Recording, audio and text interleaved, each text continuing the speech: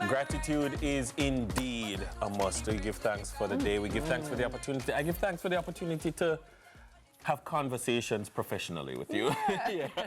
We have conversations for a living, and we do enjoy it. It's a beautiful thing. You know what I did enjoy? Those sunshine stars. Actually, Dennis, while you're on it, Yeah.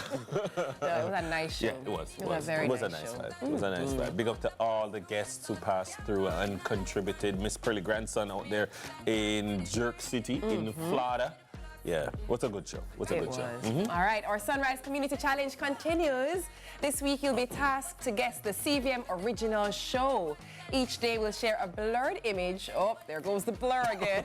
So blurry, can hardly make it out. And we'll be calling 2 lucky Sunrisers on Friday to guess the original for a chance to win $25,000. But you must be part of the Sunrisers community. So go on over to our social media pages and click the link in our bio now. If you're not on social media, you can send us a WhatsApp message at 876-833-0897. All right. Well, tune in this evening to the lead story at 6:30, corner office at 8. That's all the time we have for today's Sunrisers. If you missed anything or just want to rewatch your favorite segments, we've got you covered at CVMTV.com. And for all the fun stuff in between, we are on Instagram at SunriseCVM, at CVM Television. The Roundtable squad takes over courtesy of Barbie and her fabulous earrings. I knew you were right back. See ya. Good morning, Roundtablers, and welcome to the Thursday edition of the Roundtable. My name is Barbie, and I am joined by my fantastic co-host, Gianna, and our very, very, very special guest, counseling psychologist at the Phoenix Counseling Center, Dr. Patrece Charles King. Welcome to the table, ladies. Welcome. Thank you. Welcome, Dr. Thank you for having me. Charles King? Yes. Okay, we can say Patrece for this one? I should have introduced my earrings, right? Yeah, they introduced themselves. They introduced themselves, right? So Dennis introduced them, and then here they came, right? Well, good morning, Gianna. How are you? I'm good. You know, this morning I said, when you ask me how I am, I'm going to say that I'm good because this morning I was having a little sinus issue, and I decided, like, I willed it away. And, you know, when I willed it away, I said, you know, people have been dealing with sinus issues for all their lives, and I raised my hat to them because it's a new occurrence for me, and I'm telling you that it's the most distracting, it just interrupts your life, and I'm just like, these people who have been dealing with it, like I always was very kind of flippant about it, and now that I've experienced it, I'm like, how do you live? Yeah, that was me with migraines. It's crazy. So I'm gonna clap those people, and I'm gonna pray you through it because trust me, I willed it away, and thank God it's gone. I can give you tips though. I can give you tips when it comes on to sinuses. I had the same experience when I had started having migraines. I said, there's no way I can live with this, and I know people who live with them, right? But I went and I did the research and found out that migraines are diet-induced. Most migraines, sorry, most are diet-induced. So it's usually something that's in your diet that's actually that causes them or pushes them. And with your sinuses, believe it or not, it is the same. There are things that we eat that get actually... to my age, you'll find that hormones can do that too. And hormones too, yes. Maybe I'm at that age. Maybe I'm close to that age. Yeah. Well, guess what? It is now time to check what's buzzing online in our social buzz. So check this out.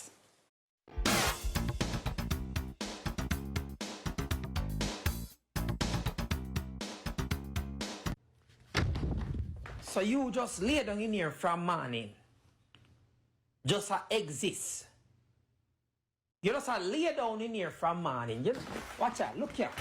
Look here, let in little ear in the place, man. You lock up in the darkness all day. Let in little ear in the place, man. Jesus Christ, watch out. Watch out, look on this, watch out. Cobweb, look on every place. Lock off the unnecessary light them in here because me not, watch it, clothes them on the ground. Bed one spread. No, man, watch your shoes right there, so. Watch out, what in that bag here? What this? No, man, do something, man. Me not fix up this, man. You just lay down and me not understand this, man, because every time me not know what this, man. Listen, It's so true, though. It's a common occurrence with Jamaican parents. But listen, Mom, why weren't you a Jamaican mom? Like, I feel like I missed all do of that that. to you? My mom didn't do all of that. That's so funny. So they want you to be doing something, but since you're not, they're going to show you all the things that they're doing, like to basically inspire you, I suppose, to get up and do something. That is too funny. Yeah. It's They'll like, come in and say, it's light out. It's light out. Yeah. Why are you still in What are you bed? doing Why in still in bed? bed? Yeah. Why is it- What I did get all the time was, go read a book. I got that, but that is hilarious. Like, you're in the bed, like, but how I'm talking out of bed, good, do. And it can be early in the morning, you know, like it's as long as you're in the bed and they're not. So from there up, everybody must up and be buzzing, doing something. Doing something. Yes. Listen, my mother was not that Jamaican mother at all. And she wasn't. She really wasn't that Jamaican mother. And I guess because when I think about it, I don't know why, because my grandmother is that Jamaican grandmother. So that's really her. Like, she literally walks around the house and she picks at little things like, I don't know why them have to wear them pants. So you just see everything nowadays. And she walk around and she picks at little things. And Lord gosh. So I saw the table have to turn. It couldn't turn the other way. And it's like, Grandma, really? Like, oh, Lord. Well, guess what? That was really, really fun. But it is now time for a bag of things.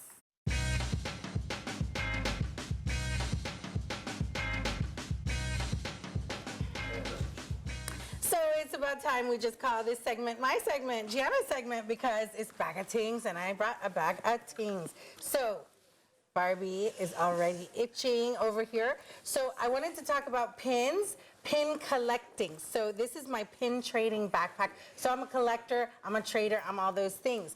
Now I have this one that I took off of my husband. He got it at work.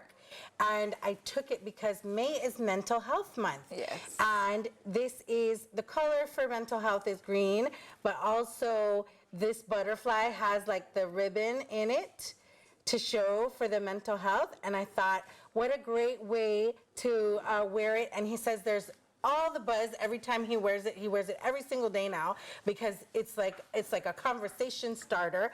And I don't know if you guys have ever seen me doing the original arm candy, which is my bracelet company. You'll notice that I always have. Oh, there we go.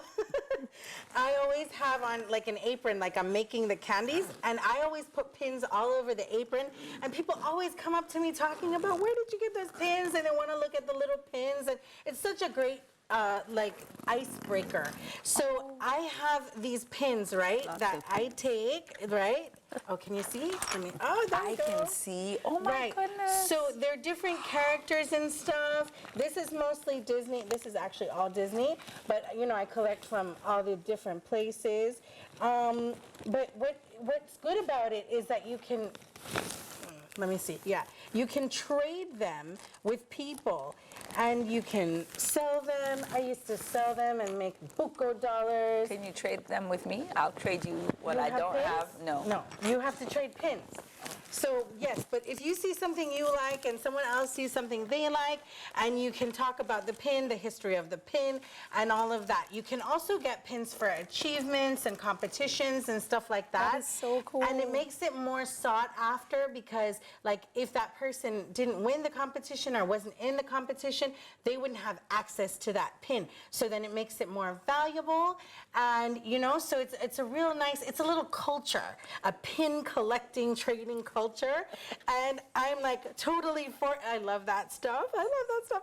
So so I wish we could bring it here. I'm on a mission. We're gonna bring it here, Pin and there's gonna be collecting. pin trading as well. Pin You know, trading. because we have so many stopover visitors coming. They can bring pins from their country. Jamaicans have, and it can be this whole thing, and it can And be I all have this. safety pins. I can trade you one of my safety pin for one of your pin, and we can start the conversation, and I'll be ready to go. But guess what? I think I see something really hot coming. So let's see. This morning, our topic this morning is early intervention in childhood mental health. Now, I saw this topic and I thought it was so interesting, right? So I'm definitely going to start with you. Early intervention, can you tell us what is childhood mental health? Can you give us some context around that? Well, childhood mental health is just, it's mental health, the mental state of a child. put it that Right. way. That's the easiest way of explaining it. And I think what you are probably speaking about is mental health disorders in children. Yes. They are prevalent, probably more prevalent than most people think. Some of the popular ones: anxiety, depression, ADHD, attention deficit hyperactive disorder. That's one of the popular ones. That's one of the ones that I probably hear more often is ADHD. Yeah, but at the Phoenix Counseling Center, we're actually seeing more children, and when I say children, adolescents, so we see teenagers also, and we see more adolescents coming in that are depressed, that have a lot of fears, traumas, dealing with anxieties, having panic attacks. Imagine children having panic attacks because they are being bullied at school, cyberbullied, or they're comparing themselves to the filters in social media, and so they develop, issues. So you're seeing these in adolescents, right? Not What children, are adolescents, what are some of the early warning signs that parents and caretakers can look out for with children? You can look for behavior changes, so mood changes, mood swings. You're speaking to them and they go from 0 to 100 when it comes to being calm versus angry. Changes in... So not to talk to them and not to talk to her and she just start bawl. That is a drastic change in behavior also in their moods. So, inappropriate moods. So you say something and it's supposed to be funny, and then all of a sudden you're crying, or you ask, "Are you okay?" And the next thing it's just tears. That's Or you're interesting. reprimanding your child, and they look at you and they just start laughing. Oh no, that definitely would be a... Most parents they'll probably end up across the room, but that is also a red flag. Red flags, changes in how their activities of daily living. So they stop grooming, or they're bedwetting, not doing well in school, distracting, or isolating at home. So just not wanting to come out of their room. How early, though? How early are these warning signs? How early can you actually detect them? Because I'm thinking, I have a 2-year-old. She'll be 3 at the end of this month. Gianna, your lyric is 2. Right? So how early do you begin to see these behavioral signs and changes? One of the things, and it's actually a myth, that people say, oh, they'll get over their terrible twos, right? The temper tantrums of the terrible twos. Well, the truth is, terrible twos is really just an inability to regulate their emotions. Okay. And so it's actually very important for parents to intervene to help children to regulate their emotions. So, no, that's not okay. No, you're crying. If you cry, you're not going to get, or, so it's that. Oh, thank you. Because I'm sitting here listening to you and I'm This is not something that you give in on. It's something that you say, no, you're going to sit here, you're going to calm down, and then we're going to have a conversation. Then we talk about it. So, I don't give in. But hold on, screaming at your child during that time is not the thing to do. Yeah, I'm big on that. Yelling and screaming when your child at her is in a temper is not good. Yeah. So I don't give in, but I do hush him through the tantrum, like for him to stop, and then we talk about it after. Is that okay that I'm doing that? Well, yes, you're soothing. So he's also going to learn to self-soothe and calm down, and then have a conversation. Okay, because people will see it and say, no, you mustn't hush him when that's happening. You mustn't hush him. And I think, but how's he gonna stop? Like, am I just gonna leave him and... Yeah. And then what you say to him during that whole process, and what you say after that process is also very important. I want you to tell us exactly what to say after that process, because I have that same concern, right? But we have more Roundtable up for you after the break. We're going to talk a little bit during the break, so we'll be right back after this. Welcome back to the Roundtable this morning. The topic is early intervention in childhood mental health. Now, just before the break, Gianna, you mentioned that you actually soothe him while he's crying, right? Please, Doc, tell us the difference between soothing and spoiling. Because we're not raising a spoiled picking around here. Okay, so spoiling, I'm crying because I want this box. And you don't want me to embarrass you in public or You don't like seeing me cry. I'm gonna just want you to stop, ball. So you give me the box. So now I know That I can that cry. when I cry, I get what I want. I get what I want. Soothing is, okay, I'm crying for the box. Okay, so you're not going to get the box. You need to calm down. And when you calm down, we can have a conversation. Okay. And then I'm looking at you and you're like, okay, calm down. Yes. So that's soothing. But I still love you through Yes, the, love you not through getting the it, yes. right? You can't still, Yes. you know, for some reason, people think that you have to be mean and strict to create structure within Yeah. your family. And you really don't. You don't. You know, you don't have to be an authoritarian type of parent. You don't where have to be cold. It's your way or the highway. Everything is based on rules and punishment. I prefer the authoritative type of parenting where there's a collaboration, where the child understands what he's doing wrong and plays a part in the whole structure of setting the rules and following the rules. Yes. So sometimes I just look at my children when they were children. Oh, good Lord, they're grown men now. But when they were children and they knew that they did something wrong, they automatically knew Yes. what the consequences were. Yes. Very important to follow through on Yeah. consequences also. And again, when it comes to certain mental health disorders like ADHD, routines are very, very important. I think that's important even outside of that, but I can see the importance of it with ADHD. Definitely, I can see the importance of it. But when it comes on to like ADHD, people don't want to. We don't even want to be labeled or tagged with mental. There's already a stigma when it comes to mental health disorders.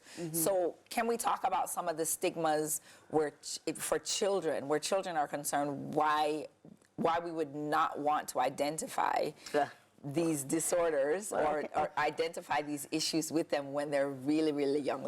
Can we talk about that? Can you tell us what some of the I stigmas don't know if you shouldn't identify it. It's just a matter of, do you want it to define you? Right. I had, again, kids come to me at the counseling center and they're like, well, I can't do that because I have ADHD and I am this way because I have ADHD and I'm not doing well in school because I have ADHD. And I'm like, well, I have ADD and I have 2 PhDs, so what's your excuse? And they're like, well, I said, having ADHD is not a death sentence. It doesn't mean that you cannot do well in school. It just means that you just have to take a different route. It just means that you have to do things differently for yourself. Yeah. So I think that's really important for parents to not define their children within their mental health disorder, but respect it and teach them how to still exist With and it. be successful with it. Go, Gianna, because I see you bubbling there. With the ADHD especially, I feel like we've heard a lot over the years about it being overdiagnosed or misdiagnosed. You that just don't sort do of it in thing. young children. Don't tell me that your child has ADHD because they're running up and down at home. He's That's what 3. kids do. That's what he's supposed to do. Right. It's so much more to it than just, oh, I don't want to sit down. Matter of fact, if you're a parent and you expect your 2-year-old to stay seated wrong with you. all the time, that's torture for the child. It is. It has to be. Yeah. So I feel like that's one of the things. I feel like it's twofold in children. So I feel like that one is like the catchphrase that they've been throwing out there for a few It's years like a fad. now. Oh. Yeah. He has ADHD. Yes. He has ADHD. Yes. Or depressed. Or depressed. And depression actually has a definition. Right. It's being in a certain mood, a low mood, for at least extended a period. minimum 2 weeks consistently. Consistently. Wow. So you can have down days, you can be sad, something happened, something happened at school, your child comes home and they are sad. Right. That doesn't mean that they're depressed. It just means I had a bad day. Let's talk about it. Right. So- And sadness is a human, is a human an emotion. So you can have it today and tomorrow you're fine. Maybe you have it for a few days. You don't know what happened to trigger sadness. There are things, external factors that cause us to be sad as well, right? So the thing is, though, that I feel like as much as ADHD is used as the catchphrase or that term, The other ones that you mentioned, I feel like they've been overlooked for a long time as well. Because like, everybody throws it to ADHD. Or not because of that. I think a lot of times they weren't paying so much attention to children's mental health, like when I was a teenager then. Right. Because a lot of the symptoms and examples they use for, like, say, anxiety and stuff like that, nobody can tell me I didn't have anxiety. Like, I used to do hosting and stuff like that. I used to go on stage a lot in high school, and I'd have to go to the bathroom before every single time, or I'd throw up every single time. And it was one of those things where it's like, hold on, but now you can. It was anxiety, like something was happening there, and nobody ever checked it out. Oh, this is just what she does. Like, so there's two things that I kind of want to touch on, and probably bring them together. The education about these things that children are actually dealing with and going through, and education and awareness really, and how family and community actually contribute to can support, I should say, not even contribute, but can actually support when children are experiencing these different things. Through education, definitely, I know is one of those things, is just becoming more aware. Education and screening. It. But I want to throw two more things in it. So before we even discuss that, thinking skills and learning styles. So thinking skills, we all have thinking skills. It's executive functioning, cognitive flexibility, the ability to socialize. And when a child lacks a thinking skill, they will behave differently. It's their way of coping? Not just coping skills. It's, yes, coping skills, but how they manage their emotions, how they process and reason, how they understand. So, for instance, you come home and you say, I definitely have to break you, because I don't want us to miss anything that she has to say. I know you guys here are silent, Gianna and I are, because this is very riveting. It's this is great. But we are now up on another break, so stay tuned for our final thoughts after the break. Thanks for staying with us. Time flies when good things are happening and when there's great conversation and a topic that we all really need to know more about. So we are all on the edge of our seats in here. But you know what time it is. It is time for final thoughts. So, Doc, I'm going to ask you to kind of just really go through, just cover as much as you can, cover thinking skills and thinking skills and learning skills, right? But learning definitely styles, learning styles, yes. Well, so we don't have enough time to go into details, but just to let you know that thinking skills and learning styles are probably two very important things that parents should investigate and try and find out. So, they don't test for learning styles really in schools, and they really should. I think that schools should stream children based on their learning styles and not really their grades. Because a teacher teaches how she probably wants to teach, but then she'll have 4 or 5 different learning styles in her classroom. Someone is going to be left behind. Yes. You know, and as far as thinking skills are concerned, parents just need to be a little bit more patient in understanding that your child may not really understand or have the ability to do the instructions that you're asking them to do.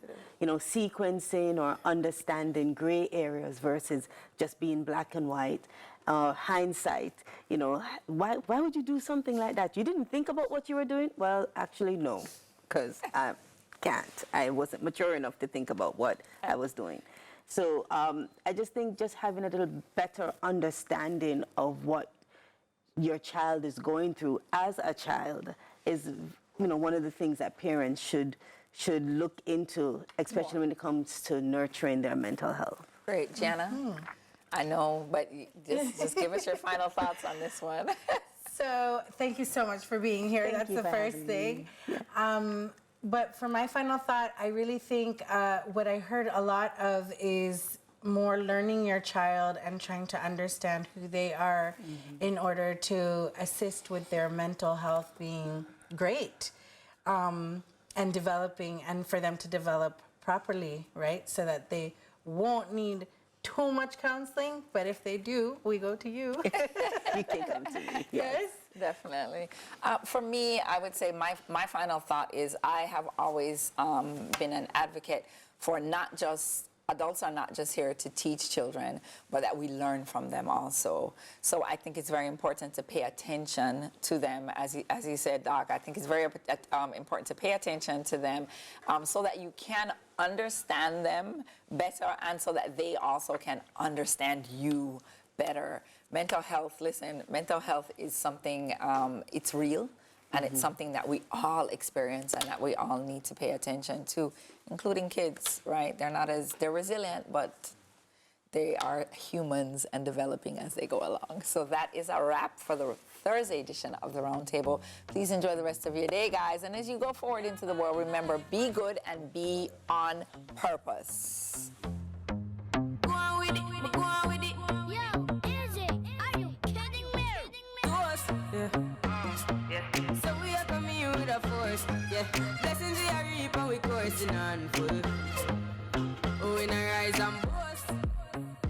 Yeah, we give thanks like we need it the most. We have to give thanks like we really supposed to be thankful. Blessings all for my life and my thank God for the journey, the earnings are just for the plus. Yeah, and gratitude is a must. Yeah, we say blessings fall by my right hand. But I toast for the friends that take off the below. One time did sit down in a class and we poured that only said the road and we go on with the road. Third form, me say me try a thing. And you know it formed out to be a fire thing. Now up on stage with chronic, say I sing, yeah. See me all diggy soon, get the higher ring like hello, bro. Time say I just short